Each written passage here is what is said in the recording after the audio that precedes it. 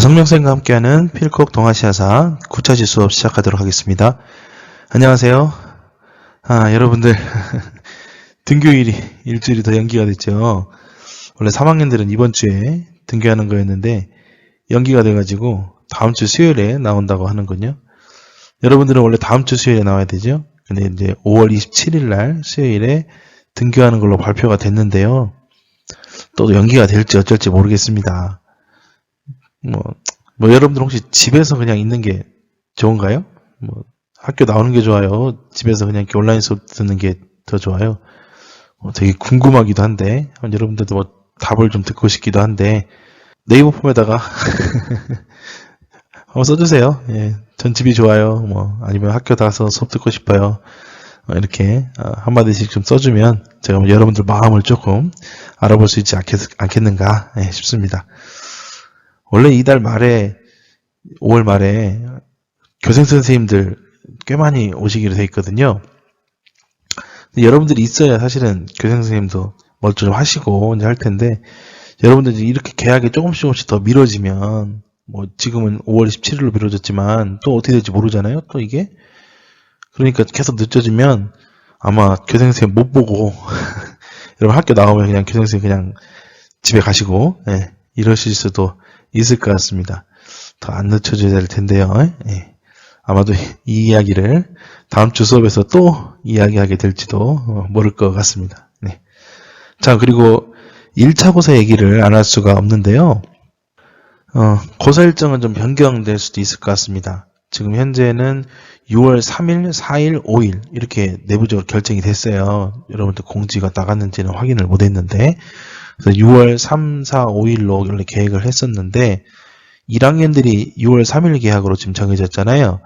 그래서 아마 일정이 좀 변경될지도 모를 것 같습니다. 확실하게 이제 결정이 되면 이제 안내가 나갈 거예요. 다만 이제 그 동아시아사 출제 범위는 변경되지 않습니다. 교과서 53쪽까지 하는 걸로 제가 이제 정했거든요. 교과서 53쪽.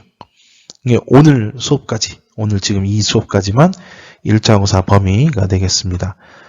다음 수업부터는 이제 2차 고사 범위예요. 그러니까 오늘 수업까지만 이제 1차 고사. 교과서는 53쪽. 잊지 말고 잘 기억하셨다가 고사 준비하실 때 참고하시기를 바라겠습니다. 자, 그러면은 오늘 수업을 이제 하도록 할 텐데요. 지난 시간에 이어서 역시 마찬가지로 인구 이동과 정치 사회 변동 이 단원 이제 보도록 하겠습니다. 지난 시간에 이어서 지역국가의 성장이라고 하는 소단원에서 지역국가의 등장이라고 하는 것을 내용에 이제 이야기를 하고요. 일본 열도하고 그다음에 한반도에서 생기는 이제 국가 성립과 발전 이야기, 그리고 이제 당나라를 중심으로 생긴 동아시아 문화권이 형성되고 발전된 그런 배경에 대해서 알아보도록 하겠습니다. 교과서는 50쪽입니다. 50쪽 중간부터 보시면 될 것 같아요. 학습 목표 같이 읽어보도록 하겠습니다. 일본 열도에 야마토 정권이 등장하고 성장한 과정을 설명할 수 있다. 한반도의 삼국통일 전쟁 이후 동아시아 세계가 당을 중심으로 재편되었음을 이해한다. 이 두 가지 학습 목표로 오늘 수업 진행하도록 하겠습니다. 먼저 일본 열도의 야마토 정권에 대해서 보도록 하겠습니다. 지난 시간에 인구이동 부분 수업할 때 야마토 정권 이야기를 살짝 하긴 했는데요. 이 한반도와 중원지방에서 이주한 사람들이 이 야마토 정권을 수립하는 데 큰 역할을 했고요. 이들은 이제 4세기경부터 지방 호족들을 융합하면서 점점 세력을 키워나갔습니다. 이때 이제 그 각 지방 호족들은 이 국왕으로부터 성을 받았는데요. 우리가 이제 흔히 쓰는 성이죠. 이 일본에서는 가바네라고 합니다. 이 가바네는 신분 서열을 나타내는 말인데요. 개인의 임무 또는 이제 사회적 지위 이런 것들을 나타내는 칭호였습니다. 좀 쉽게 설명을 하면 그 집안이 생겨난 유래라든가 또는 이제 벼슬 정도로 보면 좋을 것 같습니다. 우리가 일반적으로 가족 구성원을 표현한 성이라고 하는 것은 일본에서는 씨라고 표현을 하고 일본 말로는 우지라고 불렀습니다. 그래서 좀 달라요. 우리는 보통 그냥 성씨 이렇게 다 같은 말로 쓰죠. 성이 뭐냐, 씨가 뭐냐, 뭐 이렇게 쓰는데 일본에서는 씨와 성이 좀 구분이 돼 있다는 겁니다. 그래서 이제 씨는 가족 구성을 나타내는 거고 성은 이제 그 집안의 역할 또는 벼슬, 사회적 지위 이런 것들을 표현한 말이라고 볼 수가 있겠습니다. 자, 이렇게 이제 호족들한테 가바네를 내리면서 역할도 부여를 하는 거죠. 니네 집안에서는 이런 일을 해야 되는 것이다 라는 역할도 부여하면서 이 호족들을 이 중앙정치 지배체제에 편입하게 된 겁니다. 이렇게 생겨난 야마토 정권은 이 중국의 남조나 또는 이제 한반도 3국 그리고 가야로부터 선진 문물을 받아들였고요. 이때 이제 이 지역에서 일본으로 건너간 도레인들의 영향을 많이 받아서요. 이 가야토기와 비슷한 스에키 토기가 제작이 됐고 이를 통해서 아스카 문화가 발달하게 된다고 작년 한국사 시간에 설명한 바가 있겠습니다. 뭐 이건 기억할 거예요. 스에키 토기 발음 천천히 해야 된다고 빨리 하면 이상해진다고 했어요. 네, 스에키 토기. 네. 이런 농담들을 계속 하면서 수업을 해야 되는데 그러지를 못해서 제가 속이 답답합니다. 7세기에 이르러서 이 야마토 정권 내에서 호족 세력들이 이제 강해져요. 조금씩 왕권이 좀 약해지거든요. 그러면서 이제 당나라 유학생들을 중심으로 해서 좀 왕권을 강화시키고 국내 체제를 좀 쇄신해야 된다라는 이런 주장들이 좀 일어나기 시작했습니다. 645년에 나중에 이제 훗날 덴지 천황이 되는 이 나카노 오의 황자를 중심으로 해서 정변이 일어납니다. 권력을 쥐고 있던 이 소가씨, 왠지 소가찌 이런 느낌인데 소가씨를 몰아내고 이제 왕실 중심의 정치 체제를 갖출 수 있는 그런 여건이 이제 마련되게 되는데요. 이때 이제 그 왕실에서는 당나라의 율령 체제의 영향을 받아서 군주 중심의 중앙집권 체제를 확립할 수가 있었습니다. 이 사건을 다이카 개신이라고 합니다. 이 다이카 개신 이후로 일본이라고 하는 국호를 쓰게 됐고요. 천황이라는 칭호를 사용했고요.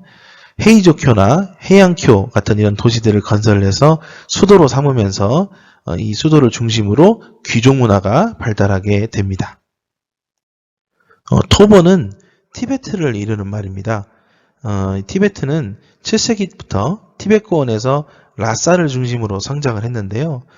이때 이제 송첸칸포라는 왕이 등장을 합니다. 이 송첸칸포 왕 때 비단길 그리고 중국의 스촨 지방을 공략하면서 당나라를 압박해 나갔습니다. 이때 이제 당나라는 이 토요콘족을 지원을 하면서 이 티벳을 견제하기도 했고요. 한편으로는 티벳에다가 화번공주를 보내서 이들을 좀 달래기도 했습니다. 이 화번공주라는 게 이제 무슨 말이냐면 이 화친을 의미하면서 이 황제가 자기 딸을 그 부족으로 시집을 보내는 거예요. 그 나라로 시집을 보내서 그 나라의 왕실과 혼인을 하게 해가지고 이렇게 좀 뭐랄까 혈연 관계를 좀 만들려고 하는 이런 목적으로 보낸 공주를 화번공주라고 하는데요. 실제로 공주를 보낸 적도 있고요. 어떨 때는 공주를 이제 사칭을 하면서 위장을 해가지고 공주로 위장을 해서 궁녀들이나 또는 귀족들의 자식들을 이제 보내기도 했습니다.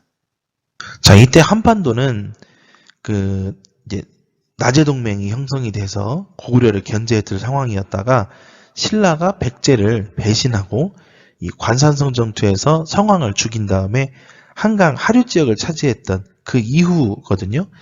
그래서 이때부터 이제 백제가 좀 이제 부흥 운동을 통해서 성장을 하는데 이때 이제 백제 무왕 때나 의자왕 때 신라를 계속해서 공격을 해요. 그래서 이런 백제 공격의 위기를 느낀 신라가 고구려에 도움을 요청을 하거든요. 당시 고구려의 지배자가 연개소문이었는데 이 연개소문에게 도움을 요청을 해요. 하지만 이제 실패했거든요. 그래서 이제 이때 김춘추가 당나라하고 연합을 해서 이 나당연합군이 이제 결성이 되죠. 그래서 이 나당연합군을 통해서 삼국을 통일을 하게 됩니다. 이제 그러다가 당나라가 이제 한반도를 전체를 다 이제 집어삼키려는 그런 이제 야욕이 표출이 되니까 신라가 이제 백제와 고구려 유민들과 연합을 해서 당나라를 쫓아내게 되죠. 이때 이제 벌어졌던 대표적인 전투가 이제 매소성 전투, 기벌포 전투 등이 있죠. 이로써 이제 신라의 삼국통일이 완성이 됩니다. 작년에 했던 한국사 시간을 기억해 보시기를 바라겠습니다. 이렇듯 신라의 삼국통일 전쟁은 약간의 이 국제적인 성격을 좀 띠고 있습니다. 나당연합군이라든지 또는 이제 외가 백제의 부흥운동을 지원했다든지 뭐 이때 이제 백강전투라는 전투가 벌어지기도 하는데 이런 것들을 보면 뭐 신라, 고구려, 백제, 외, 당 이런 나라들이 모여가지고 우리나라에서 지금 한반도에서 다 전쟁 벌인 거 아니겠습니까? 이게 지금 국제적인 성격을 띠고 있다. 그리고 이 시기에 우리가 이제 배우진 않았지만 저쪽 서쪽에서는 티벳이 토요콘을 멸망을 시키고요. 당나라를 이제 견제를 계속해요. 그래서 비단길을 장악을 하고 하니까 이제 당나라 군대가 거기에 위협을 느끼고 이 티벳과의 전쟁을 위해서 한반도에서 물러나게 돼요. 그러니까 이제 신라가 당나라를 쫓아내게 된 것도 이 당시 서쪽에서는 티벳이 견제를 하고 있었기 때문에 당나라가 이제 한반도를 전체를 이제 집어삼키려는 그런 욕심에서 조금 벗어나서 이 티벳을 견제하려고 했다는 걸 알 수가 있거든요. 그러니까 이 한반도 전쟁에도 이 티벳의 영향이 있었다라고 볼 수 있어요. 그래서 이렇듯 굉장히 이제 국제적인 전쟁이었다라는 이런 것들을 이제 볼 수가 있겠는데 어쨌든 이러한 삼국통일 전쟁을 통해서 당나라는 동아시아의 패자로 성장을 하게 됐고 신라는 대동강 이남 지역의 한반도를 지배하는 그런 결과를 낳게 됐습니다. 자, 이렇게 이 대동강 이남 지역은 신라가 차지를 했고요. 그 이북 지방은 이제 당나라가 지배를 했습니다.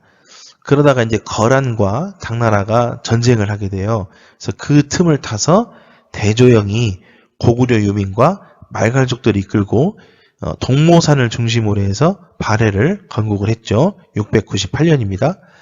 그래서 이제 이 발해는 이때부터 당 그리고 일본과 교류하면서 점점 성장해 나갔습니다. 그래서 뭐 중국으로부터 해동성국이라고 불릴 정도로 크게 성장했었죠. 자, 그리고 당시에 이제 베트남 지역은 중국 지배를 받고 있었거든요. 이 남비엣이 한나라에 복속된 이후로 계속 중국 지배를 받아요. 그래서 당나라는 이 지역에다가 안남도호부라고 하는 그런 기구를 설치를 해서 통치를 했었습니다. 그러다가 이제 나중에 이제 당나라가 멸망을 한 다음에 10세기에 이르르면 이제 응호씨가 이제 중심이 돼서 이제 왕조를 세워서 독립을 하게 됩니다. 응호 왕조라고 합니다. 자, 여기까지 당과 한반도 그리고 일본에 건국되고 통일된 여러 지역 국가들에 대해서 보았습니다. 이들 지역 국가들은 당나라 영향을 받아서 성장하고 쇠퇴했는데요. 이 당나라 수도 장안을 중심으로 해서 이 여러 각 국가들의 사신들, 유학생들, 승려들이 이 여기를 왔다 갔다 하면서 당나라의 문화가 세계 각국으로 전파가 되었어요. 그러면서 동아시아 각국이 한자, 불교, 유교, 율령 등의 문화 요소를 공유하게 됐습니다. 자, 이렇게 여러 국가가 당의 영향을 받았다는 것을 단적으로 보여주는 예가 당의 수도 장안성의 구조입니다.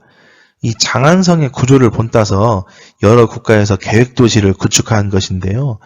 이 발해의 상경성 또는 일본의 헤이조쿄가 그 예 중에 하나입니다. 아래 그림을 보시면은 이 장안성 중앙을 가로지르는 주작대로가 있고요. 그래서 북쪽 중앙에 궁성이 위치되어 있죠. 그리고 이제 주작대로를 중심으로 해서 좌우를 구분지어서 이 계획하고 운영한 점이 공통점이라고 볼 수가 있겠죠. 그래서 발해의 상경성에도 주작대로가 있고요. 그리고 일본의 헤이조쿄에도 주작대로가 있어서 좌우를 나눠가지고 운영을 했었죠. 자, 여기까지 이 지역국가의 등장이라는 단원으로 마무리를 짓도록 하겠습니다. 여기까지가 1차 고사 범위예요. 예, 교과서를 보시면 아마 51쪽일 텐데 한 장 더 넘기시면 52쪽, 53쪽 해가지고 뭐 여러 가지 이제 정리해 놓은 것들이 있습니다. 여기까지 해가지고 1차 고사 53쪽까지입니다. 잘 알아두시길 바라겠습니다. 자, 그러면 다음 시간에는 이제 10차시겠죠? 다음 10차 시에는 조공과 책봉의 외교 형식이라는 단원 중에서 한, 남북조, 삼국, 외 단원을 학습하도록 하겠습니다. 자, 여러분들 코로나 조심하시고요. 다음 시간까지 안녕히 계세요.